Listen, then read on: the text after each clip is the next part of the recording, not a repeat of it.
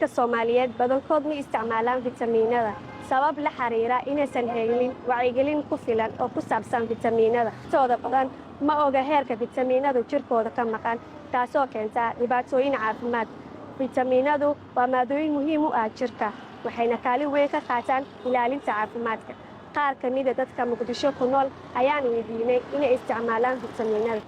magacii waa Cumar wax aqaato ma laha Soomaalidu aska fara badato wax walba waxa laga raadiyaa ganacsi iyo waxaas anigoon sheeg caafimaadkayga ka taxadirayo wax fitamiin iyo waxaas aan u baahanahay ma laha دكتورku markuu idhaho waxaas u baahan tahay la qaado karaa anaga dhaqaatiirteena waxayna ganacsatayaal waaye wax fitamiin iyo waxaas oo aan ku tala jirnay iyo magnesiumka iyo maalinta u baahda la ay gaarsiyo ana ahaan ka hadlaa dadka wax iga galma laha horta daarunta sheega mar waa qaataa marna ma qaato dabcan fitamiiniska maxaa yeelay hada Soomaaliland waxaan badanaa ma naqaan faa'iidooyinkooda hada ogaal lahayn faa'iidooyinka fitamiiniska leeyihiin waa qaadan lahayn maaho marka inkastoo caafimaad barto hadana ogay faa'iidooyinka leeyihiin fitamiiniska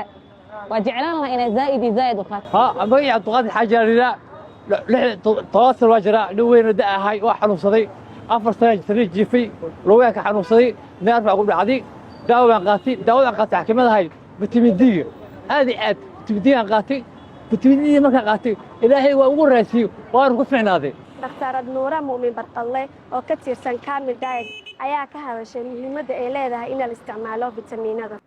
فيتامينيسكا iyo mineralska waxa uu jirkeena sameeysto as dabiici ahaan jirkeedu ugu jiro ilaa xad ay leeyihiin ay qofkan ku badan karaan ama ay ku yaraan karaan mar walba qofkan ku bataan ama ay ku yaraadaan caqabada ay nolosheena ku leeyihiin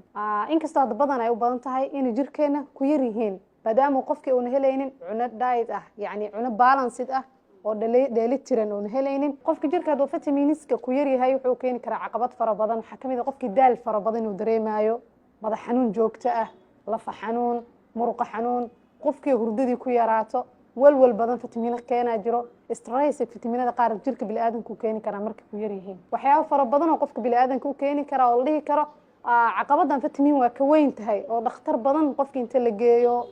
sometimes lagu celcelinayo oo maanta dhan la baarayo negative qof waxaan wax ma qabo dadka stress badan oo guriga ku dareemaan walwal hurdo xumida waxyaabahaas dhan ku sababi kara badanaa hadda bulshadeena yani muka baraarugsana maanta inuu qofka dhaho